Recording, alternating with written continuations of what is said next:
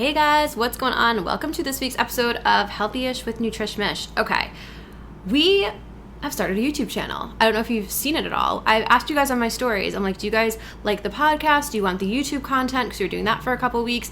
And you guys were like, we want both. So here I am to deliver. We're going to have different content on both platforms. But today's episode, I am really, really excited about. We are talking about and diving into this whole friggin' craze of these injectables, right? The Ozempic, the Wegovy, all of these crazy injectables that all of these celebrities are allegedly doing for weight loss. I know some of my clients have asked me about them. I know some of my clients' doctors have recommended them. So we are going to do a deep dive today. We're going to talk about what they are, if they work, how they work, and what happens after. So make sure you don't miss this episode because we are going to be going over everything, and this is going to be such a hot topic. I want you guys to know the skinny on the injectable weight loss craze. Was that cheesy? I don't know, but I went with it. Okay, so let's dive into this. So these guys go by a couple of different names. So let's meet all of our friends here. So we got Ozempic, right? That's like, I think that one's the OG. That's what they use for type 2 diabetes. Then I believe for weight loss, they call that guy Wegovy, although they can all be used for weight loss, but I think that's like the more common one for weight loss. And then there's like Mounjaro, all the characters. That's what they're all called.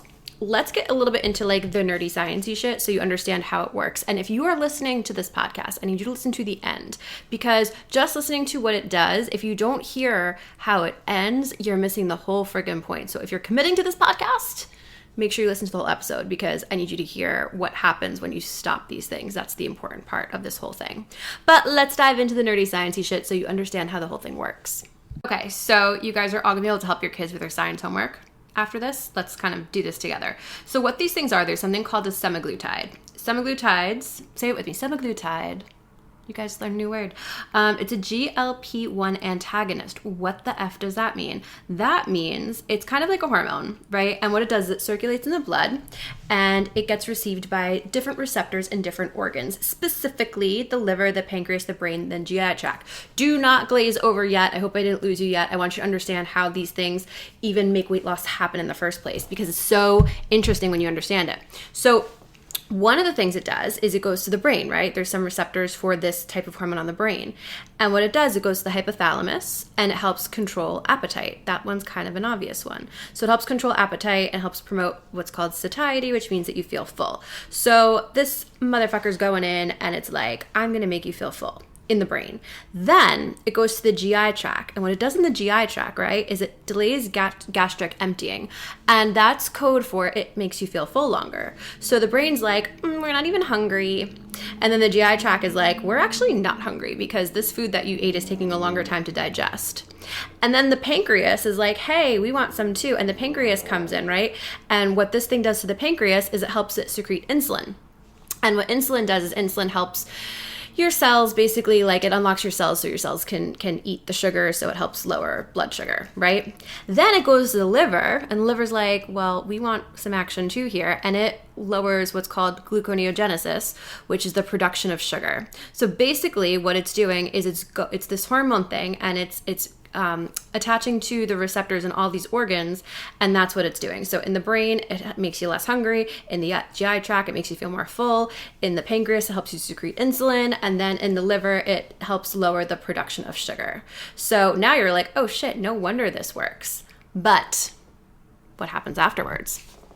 Okay, so after all of this happens, right? So you've seen the weight loss, right? Like, again, allegedly. Guys, when you say allegedly, you can't get in legal trouble. Allegedly, Kim Kardashian and all these celebrities have used this thing. One celebrity or influencer that came out is Remy. She is she's the influencer that does the real life hauls. Her stuff's amazing. I love her. She went on it and she claimed that after she went off of it, she gained everything back plus. So what they did was they actually ran these trials. And what's so interesting is I listened to a ton of interviews from doctors speaking about this clinical trial that they did, speaking on these studies of what happens when these people stop this medication. And their responses to the results I shouldn't say they surprised me because honestly, nothing surprised me at this point, but it was a little alarming and surprising. But let's get into what happened and then what the medical response was in regards to that. Okay, so let's dive in what actually happened here during these clinical trials, aka studies. All right, so here's what they did. They took 68 people, right? And they put them all on one of these injectables. They also lowered their calories by about 500, and they also had them do 150 minutes of activity. The reason that they did that was because they wanted to show that there was a lifestyle change component, right? And there was also the medication.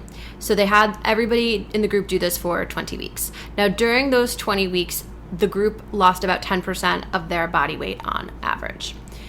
Then what they did was they took half of that group and they stopped the medicine, but they kept up the lifestyle intervention. They had them, they were always seeing, everybody was seeing some kind of registered dietitian or nutrition counselor. They still were lowering their calories by about 500 calories a day, as well as 150 minutes of activity for the week. Okay. Now what happened? The group that kept up with the lifestyle changes, right, but stopped the medication ended up regaining the weight back. The group that kept up with the medication, they continued losing weight until they lost about 18% of their body weight. Here was the part that I found the most interesting. Here's how, I was watching commentary through of a doctor on this study, and her take on it was fascinating to me. Now, I'm going to put this out there. I am not a doctor, right, at all. I have no medical background, but I do have a very strong nutrition, dietetic, behavioral eating change background. My company's worked with over 10,000 people. I have a very high long-term success rate when it comes to keeping weight off. I also have my undergrad as well as a master's degree in nutrition and dietetics. So I know that. I don't know a lot, but I know that. Her take on it was very interesting, and I'm not surprised because here's what you need to remember. Surgeons are going to want to cut, doctors will want to prescribe. I think when someone's toe hurts, it's because of something they ate. We all know what we know, right? Her take on it was that, and again, this is just my theory. She said obesity is disease. And see, even with these lifestyle interventions, these people were not able to keep the weight off.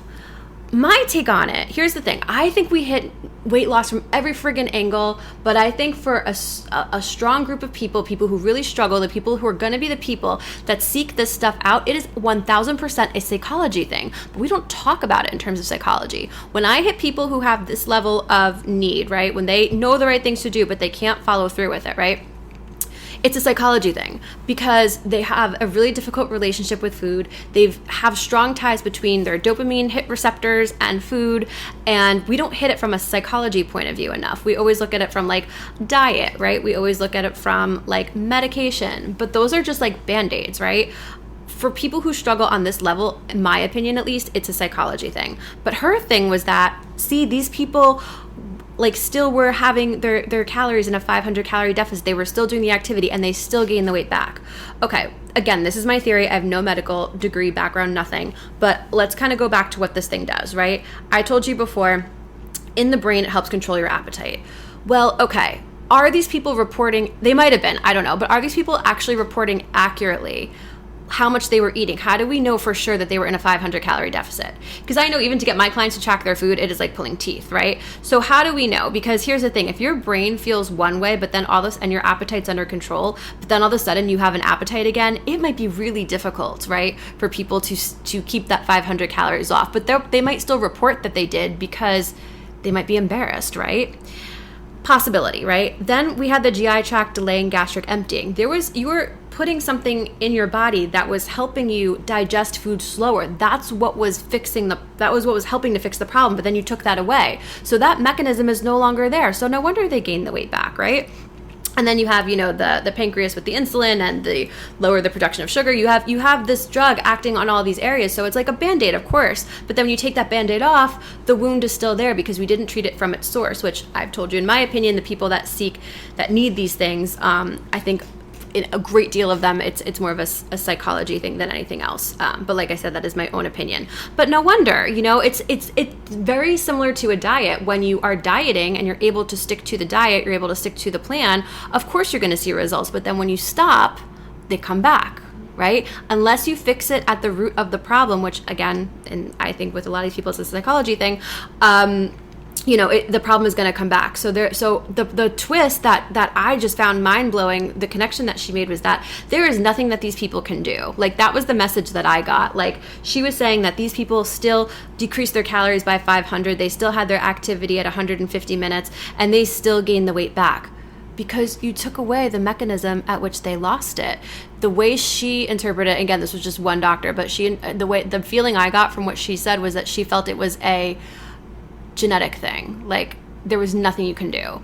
And again, I'm sure there are people that deal with that. To be honest with you, though, in my 10,000 people, I don't think I've had anybody where I was like, you're just genetically predisposed to this.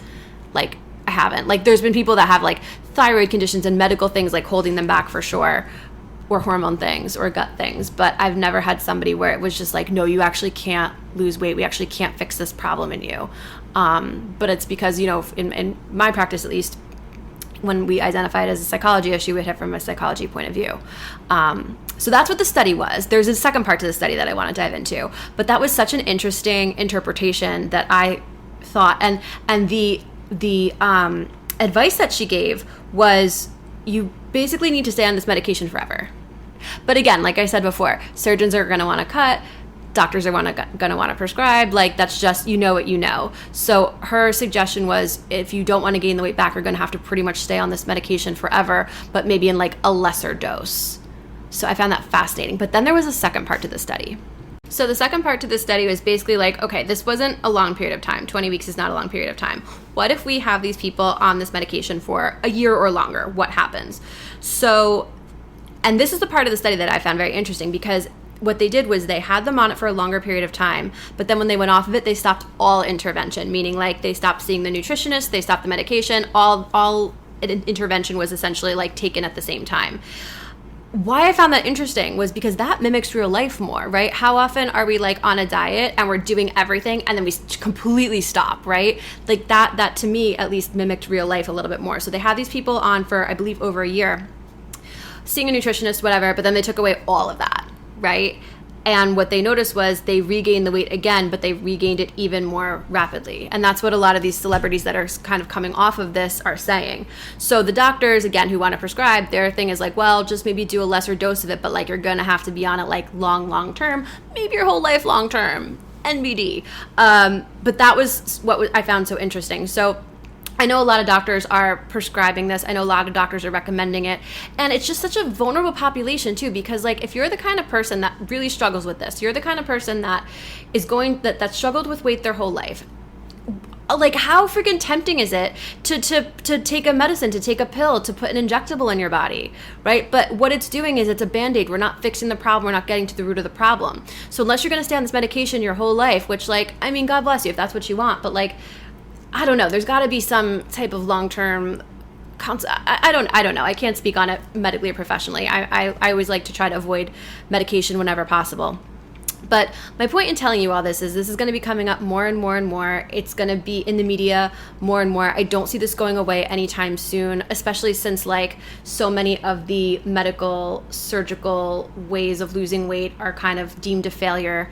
The bariatric thing, they're finding it's not really working. The sleeve thing, long term, it's not really working. So I feel like this is the next medical wave of weight loss. But the problem with all of these interventions is that it's not getting to the root of the problem. Like I said, in my opinion, the people that are seeking these things out, it's a psychological thing, right? It's that dopamine hit that you have in the brain when it comes to food. It's a lifelong relationship with food where your parents told you that you couldn't eat, what you wanted, so it became a control thing. Like these are more, in my opinion, like I said, psychological issues that are just kind of manifested through food. And in my experience, when you solve for that problem, people lose the weight and people keep it off and people have behavioral changes. And this seems like a quick, easy fix. And I get how that might be so appealing, especially to somebody who has been a struggle their whole life. But then if you're starting to listen to the people who went through it and are now coming off of it, they're so disappointed. They just put their bodies through so much. And again, when your body is used to getting medical intervention, it maybe doesn't function great on its, it might take a little while for your body to remember to do these things again on their own. And that might be one of the reasons why, the weight came on even more rapidly for that group that was on it longer. So my suggestion is, unless there's a reason, and obviously I always talk to your doctor, save this as like a last resort. Don't do it. It's definitely not a quick fix. It's definitely not the easy way out. It's definitely not something that is a viable long-term solution.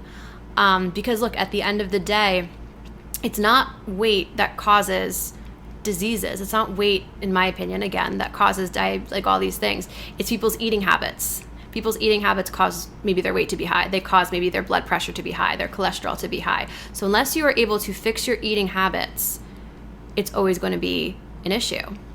And this is what we do at Nutrishmish. We get to the root of the problem, and that's why our success rate is so high. And that's why, I've never worked with somebody who, didn't have some kind of like actual medical condition where we weren't able to get the weight off and keep it off if they were willing to put in the work, because it is work. But the nice thing is if you put in a little bit of work, then you never have to do it again.